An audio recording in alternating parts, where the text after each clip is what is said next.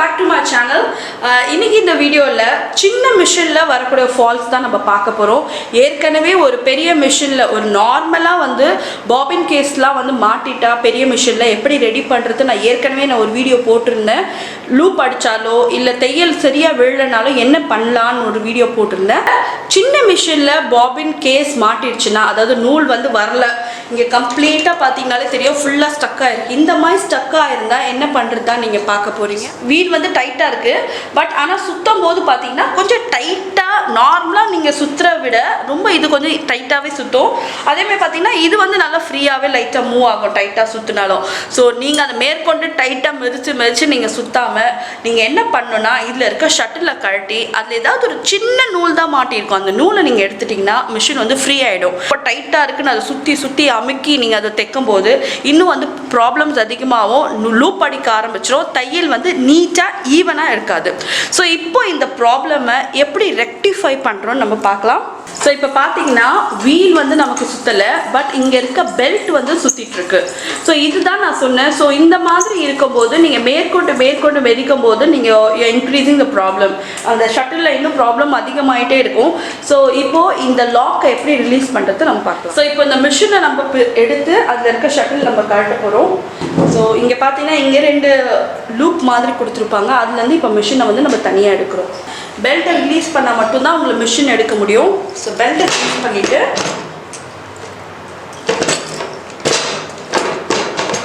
மிஷினை எடுத்துக்கலாம். ஓகே, மிஷினை எடுத்துட்டிங்கன்னா ஷட்டில் வந்து பார்த்தீங்கன்னா கரெக்டாக உங்களுக்கு இங்கே இருக்குது. ஸோ இதை தான் நம்ம ஷட்டில் சொல்லுவோம். இந்த ஷட்டிலை ரிமூவ் பண்ண இந்த 2 சைடு இருக்க ஸ்க்ரூ இருக்கு இல்லையா, இந்த 2 சைடு ஸ்க்ரூவை ரிமூவ் பண்ணிங்கன்னா இந்த ஷட்டிலை நீங்கள் கையில் எடுத்துடலாம். ஸோ இப்போ இந்த 2 ஸ்க்ரூவை எப்படி ரிமூவ் பண்ணுறதுன்னு பார்க்கலாம். நான் யூஸ் பண்ணுற எல்லா மிஷினுமே இன்ஸ்டியூட்டில் பார்த்தீங்கன்னா உஷா மிஷின் தான். ஸோ இப்போ நீங்கள் பார்க்குறது உஷா மிஷினில் மட்டும் இல்லாமல் இந்த மாதிரி பிராண்ட்ஸில், அதாவது இந்த மாதிரி சின்ன மிஷினில் ஏற்படுற ஃபால்ஸ் எல்லாமே இந்த மாதிரி நீங்கள் ரெக்டிஃபை பண்ணலாம். ஸோ இப்போ இதில் இருக்க இந்த 2 ஸ்க்ரூ, அந்த பெரிய ஸ்க்ரூவை நீங்கள் கழட்டினாலே அந்த ஷட்டில் வந்து தனியாக உங்கள் கையில் வந்துடும்.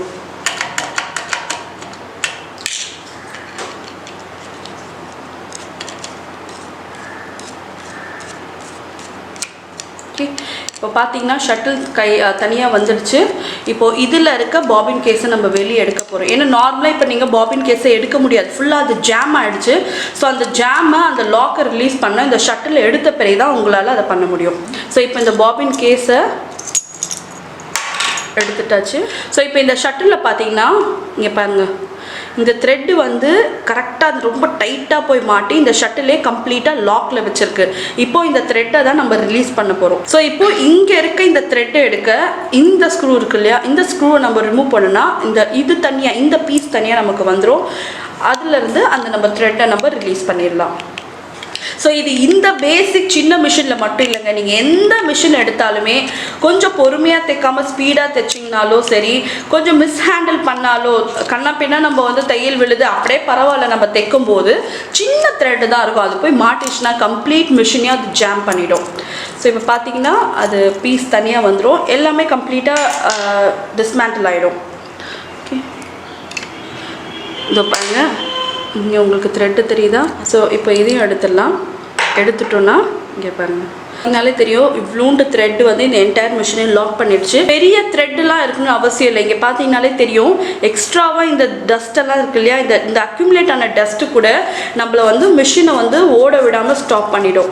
ஸோ எப்போவுமே வந்து அட்லீஸ்ட் மந்த்லி ஒன்ஸ் வந்து இந்த ஷட்டிலெல்லாம் ரிமூவ் பண்ணி இந்த மாதிரி இதை வைப் பண்ணிவிட்டு ஆயில் போட்டுட்டு நம்ம வந்து மிஷினை ரன் பண்ணுன்னா ரொம்ப நாள் வந்து மிஷின் வந்து நல்லா இருக்கும், நீங்கள் எப்போ தைச்சாலும் நீட்டாக தைக்கும்.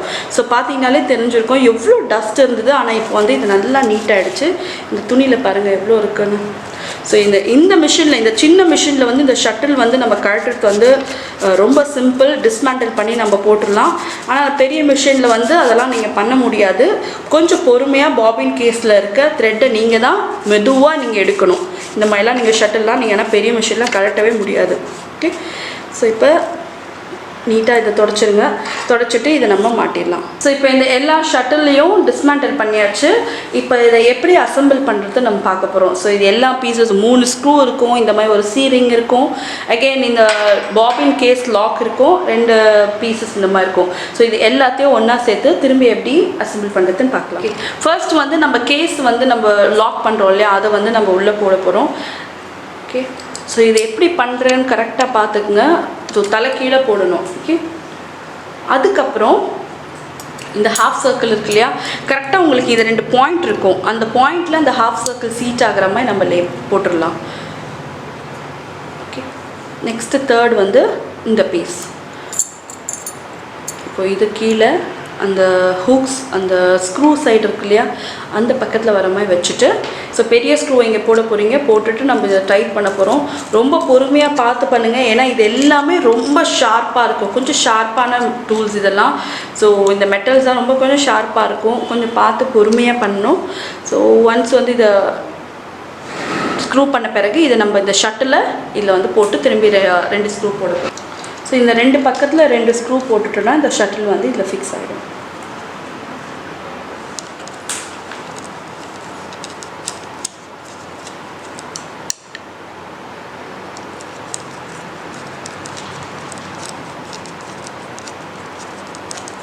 ஸோ இப்போ பார்த்தீங்கன்னா எல்லாமே கிளியரப் பண்ணியாச்சு. இப்போ இந்த வீலை நான் ரொட்டேட் பண்ணுறேன், எவ்வளோ ஸ்மூத்தாக போகுது பாருங்கள். ஸோ ஏதாச்சும் ஒரு சின்ன ப்ராப்ளம் வந்து பாபின் கேஸில் இருந்ததுன்னா, அதாவது அந்த உள்ளே இருக்க அந்த கேஸில் என்டையர் கேஸில் மாட்டியிருந்ததுன்னா உங்களுக்கு இந்த வீல் வந்து ரொட்டேட் ஆகாது. இது இந்த மிஷினுக்கு மட்டும் கிடையாதுங்க, எந்த பிராண்டு மிஷினாக இருக்கட்டும், எந்த மிஷினாக இருக்கட்டும், ஆயில் டேங்க் மிஷினே இருந்தாலும் சரி, அது ஒழுங்காக ரன் ஆகல, கொஞ்சம் டைட்டாக இருக்குன்னா நீங்கள் ஃபஸ்ட்டு பார்க்க போகிறது அந்த கேஸ், பாபின் கேஸை பொறுமையாக எடுத்து அதில் ஏதாவது த்ரெட்டு மாட்டியிருக்கா நீங்கள் செக் பண்ணணும். கண்டிப்பாக அதில் ஒரு த்ரெட்டோ இல்லை டஸ்ட்டோ பெருசாக மாட்டியிருந்தால் தான் இப்படி ஆகும். ஸோ இப்போ இது நீட்டாக நம்ம வந்து ஃபிட் பண்ணியாச்சு. இப்போ நம்ம இதை எடுத்து ஸ்டாண்டில் நம்ம போட்டுடலாம். போட்டுட்டு நான் உங்களுக்கு ரன் பண்ணி காட்டுறேன். ஸோ இப்போ இந்த வீலை நம்ம ரொட்டேட் பண்ணுறோம், நல்ல ஃப்ரீயாக போதும், உங்களுக்கு எந்த ஒரு பிரச்சனையும் இல்லாமல். ஸோ அடுத்த ஒரு மிஷினுக்கு ரொம்ப ரொம்ப தேவையானது பார்த்தீங்கன்னா ஆயில் போடுறது. ஆயில் வந்து எவ்வளோ முக்கியம்னு பார்த்தீங்கன்னா, உங்கள் மிஷினோட லைஃப், அதாவது இதை இன்னும் ரொம்ப வருஷம் யூஸ் பண்ணணும், எந்த ஒரு பிரச்சனையும் இல்லாமல் தைக்கணும், லூப் அடிக்கக்கூடாது, ரொம்ப நீட்டாக இருக்கணும் ஸ்ட்ரிச்சஸ்ன்னு நினச்சிங்கன்னா ஆயில் பண்ணுறது ரொம்ப ரொம்ப இம்பார்ட்டன்ட். இந்த மிஷினுக்கு வந்து ஆயில் ரொம்ப தேவைப்படும். ஸோ இங்கே வந்து பார்த்தீங்கன்னா சின்ன சின்ன ஹோல்ஸ் ஏற்கனவே அவங்க கொடுத்துருக்காங்க, அந்த ஹோல்ஸ்குள்ளே இந்த மாதிரி ஆயில் கேனும் இந்த மிஷின் கூடயே வந்துடும். ஸோ எங்கெல்லாம் ஹோல்ஸ் கொடுத்துருக்காங்களோ அதெல்லாம் மறக்காமல் இந்த ஆயிலை நீங்கள் விடுங்க. ஸோ இந்த ஆயிலை விட்டு ரன் பண்ணும்போது மிஷின் இன்னும் நல்லா நீட்டாகவும் இருக்கும், ரொம்ப நாள் வந்து உழைக்கும், அதே மாதிரி தையல் ரொம்ப ஸ்மூத்தாக இருக்கும்.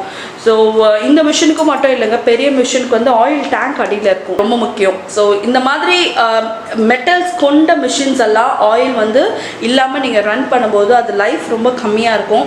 ஸோ அடுத்த வீடியோவில் வந்து பார்த்தீங்கன்னா உங்களுக்கு வந்து இதை எப்படி த்ரெட் பண்ணுறது, அதே மாதிரி லூப் அடித்தா, இந்த மாதிரி மிஷினுக்கு வந்து லூப் அடித்தாலோ தையல் ஒழுங்காக விழலைனாலோ என்ன பண்ணுறது நான் உங்களுக்கு காட்டுறேன். ஸோ இந்த வீடியோ பிடிச்சிருந்தா இந்த மாதிரியான சின்ன சின்ன மிஷினுக்கு தேவையான வீடியோஸ், அதே மாதிரி மெயின்டெனன்ஸ் வீடியோஸ் இந்த மாதிரி வேணும்னு நினச்சிங்கன்னா மறக்காமல் கீழே வந்து தம்ஸ் அப் பட்டனை கிளிக் பண்ணிடுங்க. அதே மாதிரி மறக்காமல் சேனலை சப்ஸ்கிரைப் பண்ணுங்க. Tomorrow, till then take care, bye bye.